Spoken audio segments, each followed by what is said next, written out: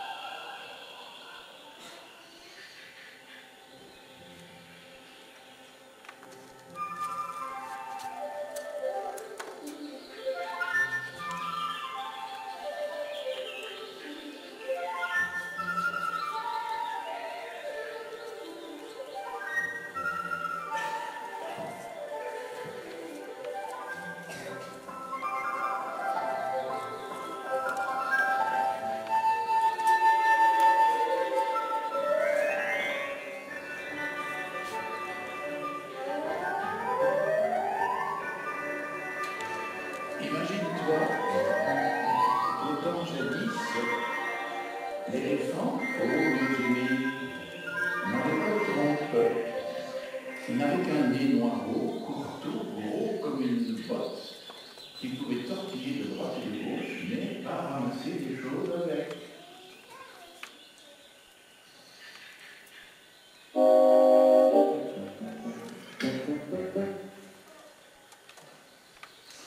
Or, il y avait un éléphant tout neuf, un enfant d'éléphant, plein d'une insatiable curiosité. Cela veut dire qu'il posait toujours un tas de questions. Et il demeurait en Afrique et il remplissait toute l'Afrique de ses insatiables curiosités.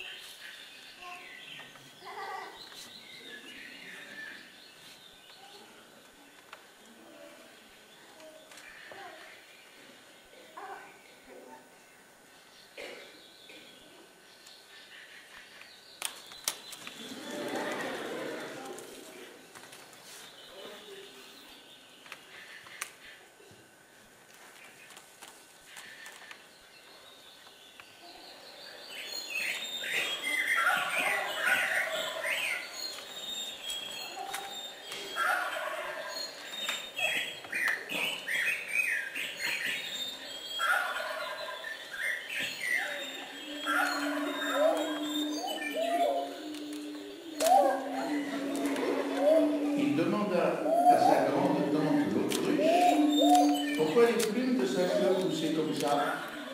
Et sa grande tante l'autruche le cogna de sa dure patte.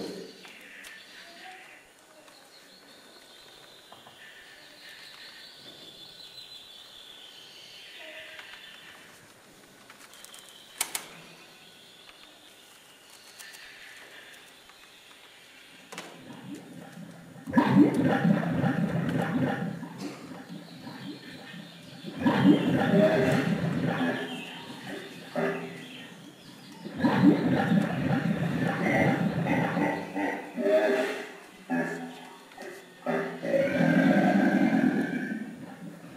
demanda à son gros-oncle l'hippopotame pourquoi il avait les yeux rouges. Et son gros-oncle l'hippopotame le cogna de son gros pied.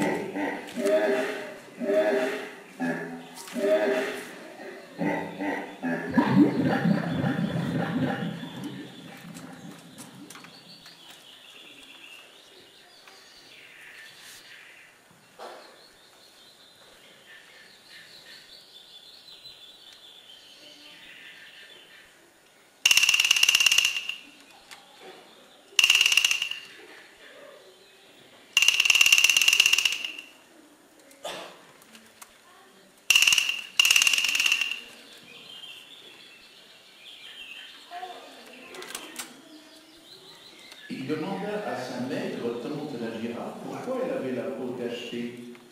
Et sa maigre tante la girafe le cogna de son dur sabot.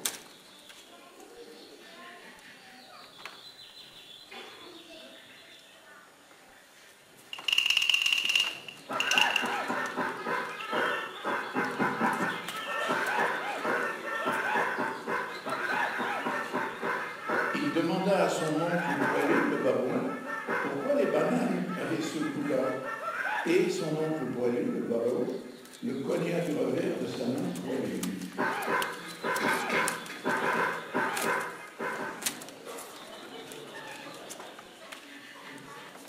Il posait des questions à propos de tout ce qu'il voyait, entendait, éprouvait, sentait et touchait.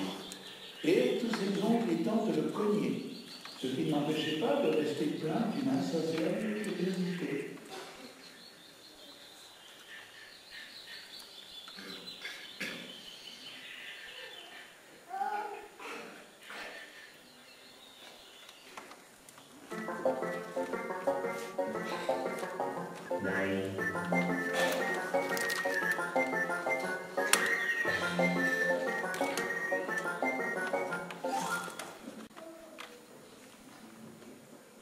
Un beau matin, au milieu de la précession des équinoxes, cet insatiable enfant d'éléphant fit une belle question qu'il n'avait jamais encore faite. Il demanda « Qu'est-ce que le crocodile mange pour dîner ?» Là-dessus, tout le monde lui dit « Chut, chut, chut, toi !» à haute et terrible voix, et on se mit à le cogner sans perdre une minute, ni s'arrêter pendant longtemps.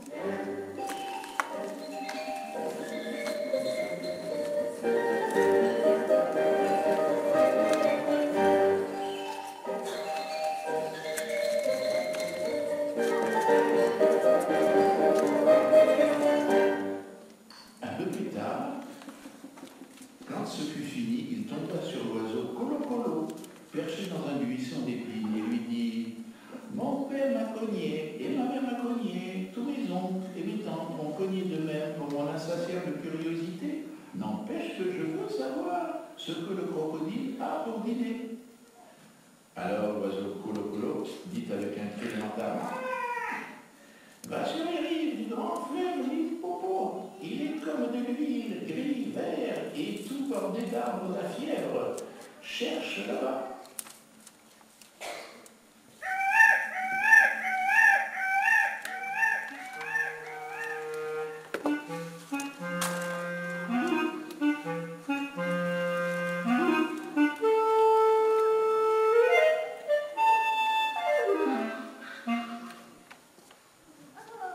Dès le matin suivant, il ne restait plus rien des équinoxes. Cet insatiable enfant d'éléphant dit à tous les siens « Au revoir, je vais au grand fleuve Limpopo qui est comme de l'huile, gris vert et tout bordé d'arbres à fièvre pour savoir ce que le crocodile mange pour dîner. » Là-dessus, tous le cognèrent en cœur une fois de plus pour lui porter chance, bien qu'il les pria le plus poliment du monde de n'en rien faire.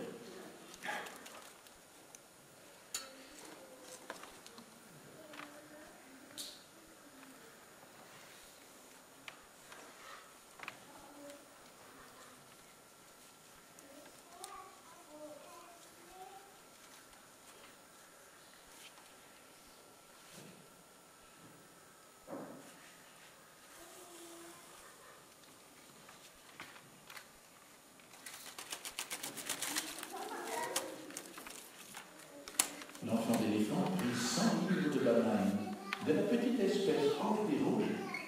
Puis, il s'en alla un peu congestionné, mais pas étonné du tout en mangeant des bananes dont il semait la peau parce qu'il ne pouvait pas les ramasser.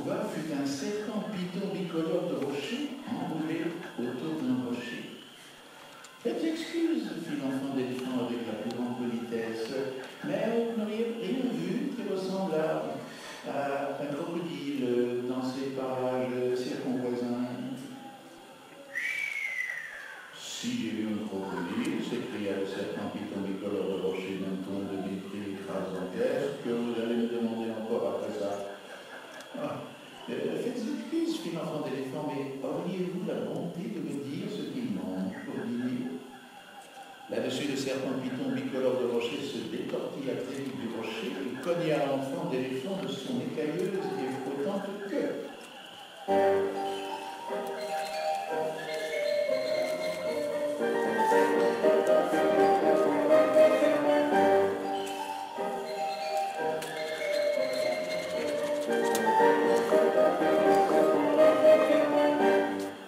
C'est drôle, dit l'enfant d'éléphant, car mon père et ma mère et ainsi que mon oncle et ma tante, sans parler de mon autre tante, la girafe, et de mon autre oncle, le babouin, m'ont cogné tous pour mon insatiable curiosité. Et je pense qu'ici, c'est la même chose. De sorte qu'il prit congé avec la plus grande politesse le serpent python bicolore de rocher, après l'avoir aidé à se remouliner autour de son rocher.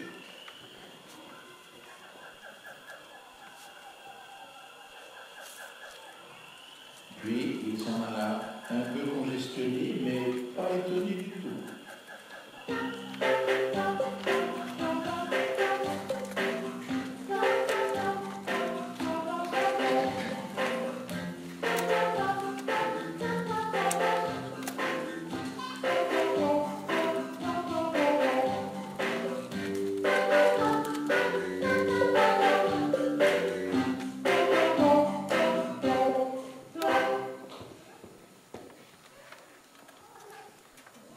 Il continua ainsi jusqu'à ce qu'il posa le pied sur ce qu'il prit pour une souche au bord même du grand fleuve Limpopo, qui est comme de l'huile l'hiver tout bordé d'arbres d'accaires. Mais c'était bel et bien le crocodile au mieux aimé, et le crocodile cligna d'un œil comme ceci. Faites excuse, dit l'enfant d'éléphant avec la plus grande politesse, mais vous serait-il possible de voir un crocodile dans ces parages circonvoisins? Là-dessus, le crocodile cligna de l'autre œil et souleva à demi sa queue hors de la base, et l'enfant d'éléphant se recula avec la plus grande politesse, car il n'avait pas envie d'être cogné de nouveau. « Viens ça, petit, dit le crocodile, pourquoi poses-tu toutes ces questions-là » Faites excuse, dit l'enfant d'éléphant avec la plus grande politesse, mais mon père m'a cogné, ma mère m'a cogné, sans parler de ma grand-tante l'autruche, de mon gros-oncle l'hippopotame, de ma tante la girafe, qui réussit pas, ni de mon oncle poilu le babouin, sans oublier le serpent python bicolore de rocher, qui colle plus fort que tout le monde. C'est pourquoi, si cela ne vous fait rien, j'aimerais mieux ne plus être cogné aujourd'hui. Viens ça, petit, dit le crocodile, car le crocodile, c'est moi. Il versa des larmes de crocodile pour montrer qu'il disait vrai. Alors l'enfant d'éléphant en eut la laine coupée et tout soufflant, s'agenouilla sur la berge et dit « Ah, vous êtes la personne même que je cherche depuis de si longs jours. Voudriez-vous, s'il vous plaît, me dire ce que vous mangez pour dîner ?» Viens ça, petit, dit le crocodile, je vais te le dire à l'oreille. Alors l'enfant d'éléphant approcha sa tête tout près de la gueule domptue et musquée du crocodile et le crocodile le happa par son petit bout de nez, lequel, jusqu'à cette semaine, ce jour, cette heure et cette minute-là, n'était pas plus gros qu'une botte. Je crois, dit le crocodile, il dit cela entre ses dents, je crois qu'aujourd'hui je commencerai par l'enfant d'éléphant. Assieds-vous, ô mieux aimé. L'enfant d'éléphant se sentit fort ennuyé et il dit, en parlant du nez comme ceci, laissez-moi aller, vous faites mal. Alors le serpent, bicolore de rocher, descendit la berge d'Ardard et dit, moi je l'ai si vous ne tirez pas dès maintenant et sur le champ aussi fort que vous pouvez, j'ai grand peur que ce vieil ulcère de cuir à long carreau vous précipite en secourant limpide en moins de temps qu'il ne faut pour dire « Oh !» Alors, l'enfant d'éléphant s'assit sur ses petites hanches et tira encore, tant et si bien que son nez commença de s'allonger. Et le crocodile s'aplatit dans l'eau, à grands coups de queue, il fouettait comme de la crème, et lui aussi tira. Puis l'enfant d'éléphant sentit ses pieds glisser, et il dit en parlant du nez, ce nez qui avait maintenant près de 5 pieds de long, c'est drôle, je n'y tiens plus. Alors le serpent python bicolore de rocher descendit sur la berge et se noua en 2 demi-clés autour des jambes de derrière de l'enfant d'éléphant et dit « Voyageur téméraire et dépourvu d'expérience, nous allons maintenant donner pour de bon un peu de haute pression, parce que autrement j'ai dans l'idée que ce cuirassé à hélice et qu'on blindé que voilà vous compromettre irréparablement votre rire d'avenir. » Alors il tira, et l'éléphant d'éléphant tira, et le crocodile tira, mais l'éléphant d'éléphant et le serpent python bicolore de rocher tirèrent le plus fort, et à la fin, le crocodile lâcha le nez de l'enfant d'éléphant avec un plop. On entendit du haut en bas du fleuve Limpopo.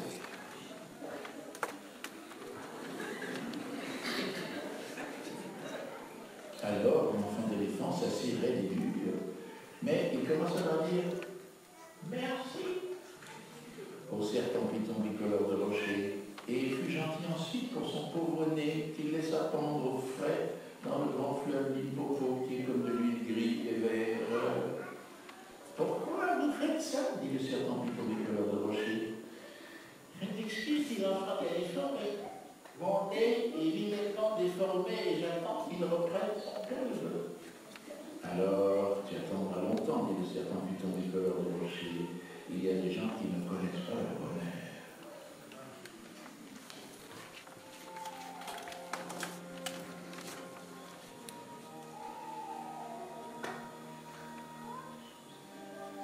L'enfant d'éléphant resta là une nuit et un jour, attendant que son nez diminue. Mais ce nez ne diminuait pas, et même il le faisait bouger. Car, ô mieux aimé, tu as saisi et compris que le crocodile, à force de tirer, en avait bel et bien fait une trompe, telle que tous les éléphants en portent aujourd'hui.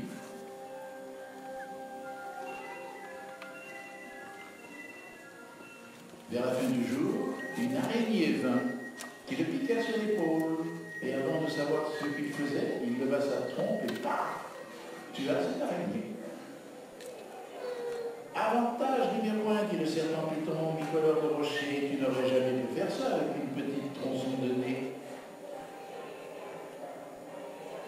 Essaie de manger un peu maintenant. Avant de se rendre compte de ce qu'il faisait, l'enfant d'éléphant étendit sa trompe et arracha un gros paquet d'herbes en époussetant les racines contre ses jambes de devant et se le tassa dans la bouche. Avantage numéro 2, dit le serpent python bicolore de rocher, qui n'aurait jamais pu faire ça avec un simple petit tronçon de nez. Ne trouves-tu pas que le soleil tape dur ici? C'est vrai, dit l'enfant d'éléphant. Et avant de se rendre compte de ce qu'il faisait, il cueillit une note de vase sur la berge du grand fleuve Limpopo et se l'appliqua sur la tête. Oh, ça lui fit une belle casquette fraîche qui lui dégoulinait derrière les oreilles. Avantage numéro 3, dit le serpent. Buton bicolore de rocher, tu n'aurais jamais pu faire ça avec un simple tronçon de nez.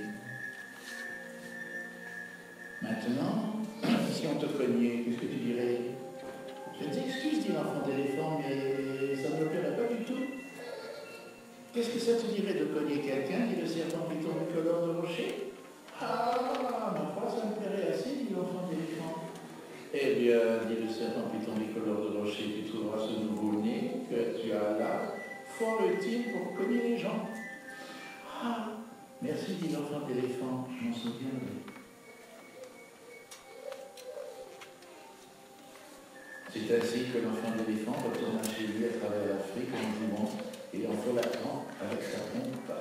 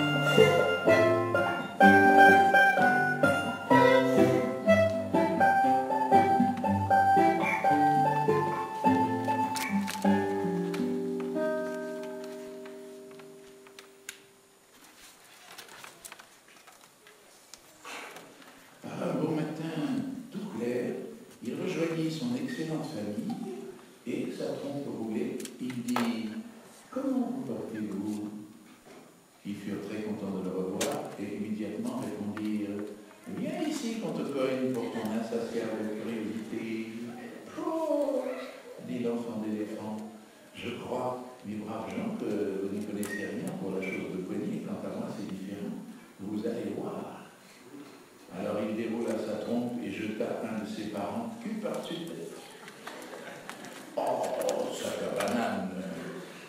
Où as-tu appris ce coup-là? Qu'est-ce qui est arrivé à ton nez? » Le crocodile qui demeure sur les berges du grand fleuve Limpopo, lequel est comme de l'huile et gris vert, m'en a fait cadeau d'un œuf, dit l'enfant d'éléphant. Je lui ai demandé ce qu'il avait pour dîner et il m'a donné ça comme souvenir. « Ouais, c'est vilain, dit son oncle poilu de Bobo. »« Ah, peut-être, dit l'enfant d'éléphant, mais pourtant c'est commode. » Et saisissant son oncle poilu de Bobo par une jambe, il le déposa dans un nid d'abeilles. Alors, ce méchant enfant d'éléphant se mit à cogner